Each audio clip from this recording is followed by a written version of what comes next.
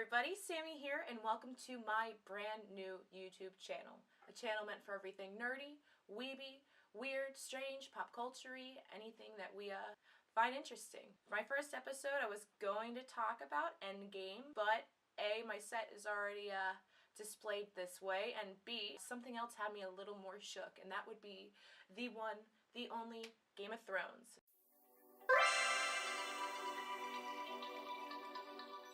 Of course, with season 8, episode 3 coming out last night, it was quite an episode. I feel like I shouldn't have to warn you, but just so you know, spoilers are coming.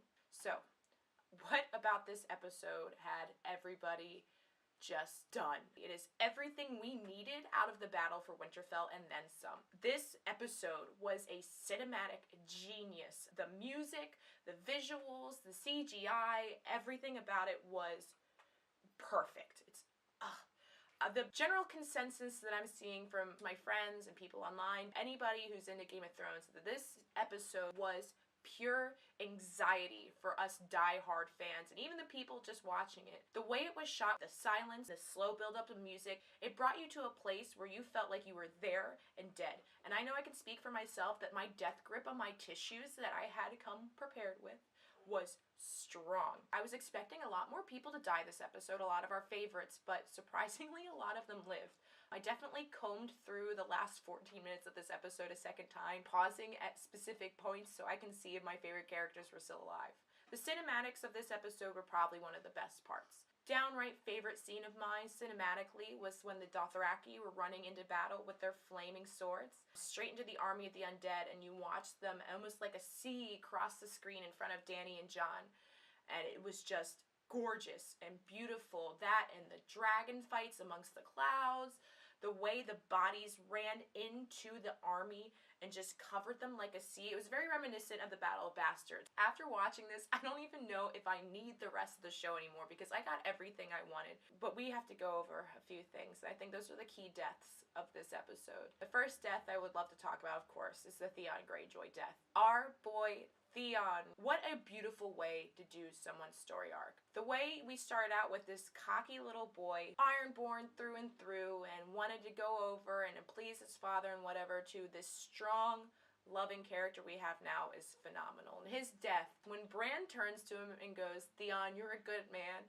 I was really hoping Bran would be like, "But you can go now. Your exit's over there. You do not need to be here anymore." But instead, Theon took the redemption arc and ran straight at the Night King with that damn spear, and we all knew nothing was going to come of that could be good. So Theon Greyjoy, thank you for taking us on that wild ride with you, from despising you, hating you, feeling bad for you, crying for you, hoping for you, wishing for you, and then loving you.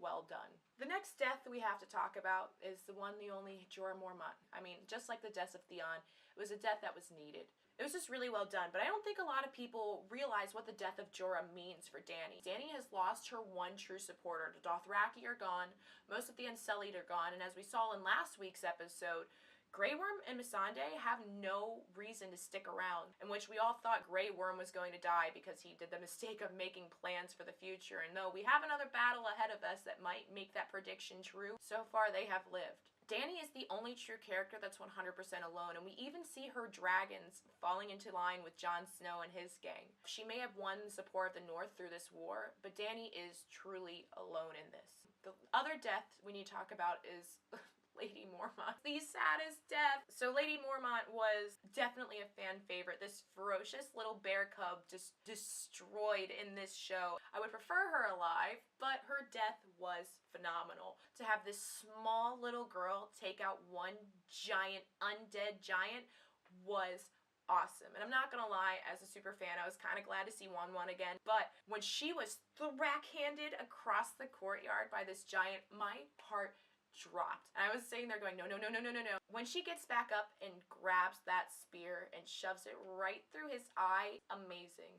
And also, now I'm starting to worry about what's going to happen to House Mormont. What are we going to do? Lyanna Mormont was the best leader, probably.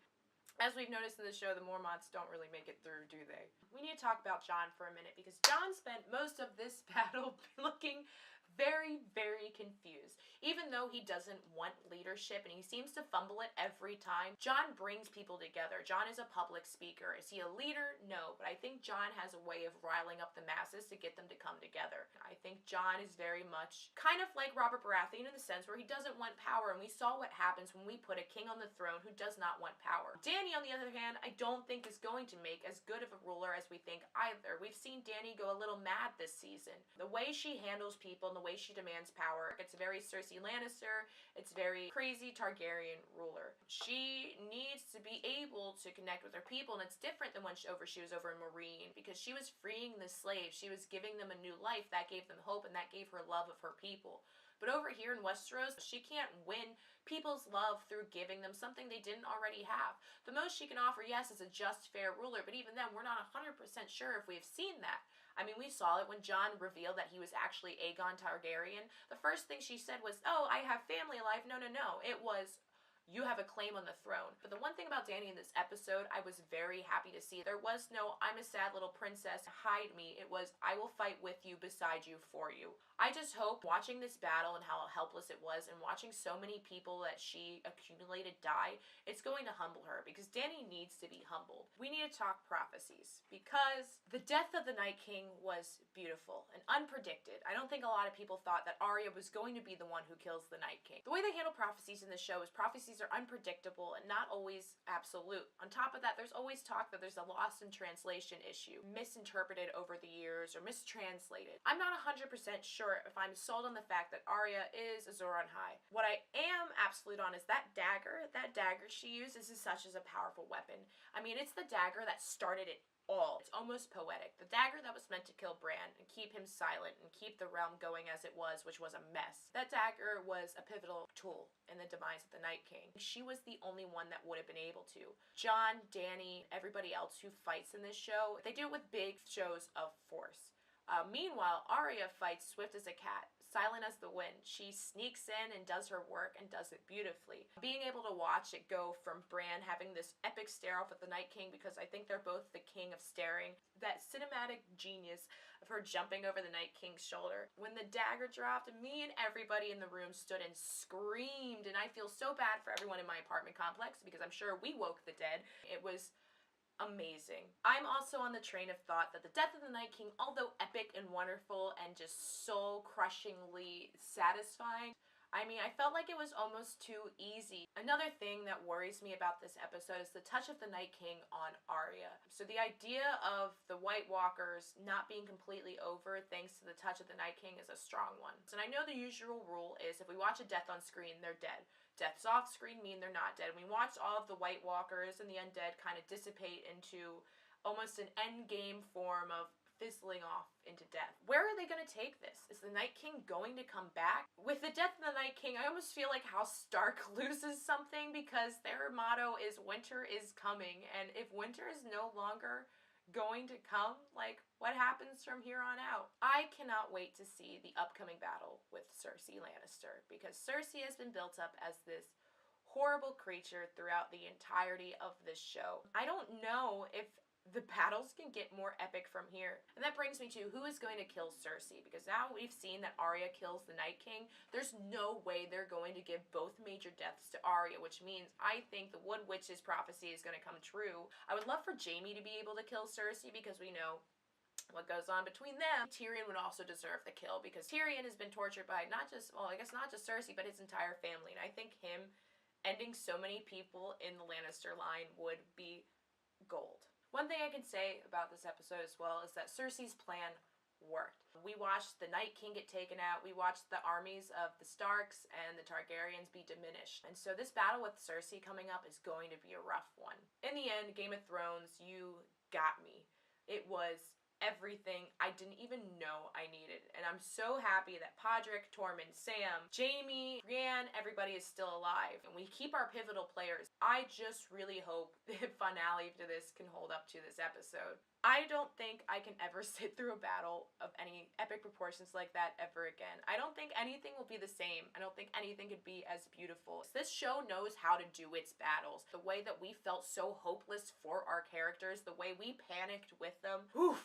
Long story short, Game of Thrones is something that makes millions of people tune in at exactly 9 p.m. every Sunday and stay up far too late to be getting up for work on a Monday morning. I love the books, I do, and I'm hoping after the show ends and if George R. R. Martin finally finishes the books, I will love them just as much as I love this show. I can't wait to see how the two stories go. And meanwhile, I can't wait to see how they end this. Anyway, hit that subscribe button, give some love to a new channel, help us grow. We are going to be doing so much more fun, nerdy things in the future, weeby things in the future. I attend a lot of conventions, I consume a lot of anime and music and TV shows and books and movies, and I'm excited to talk about them in the future. So if you would like, please hit that subscribe button. Please join our journey. Thank you for watching.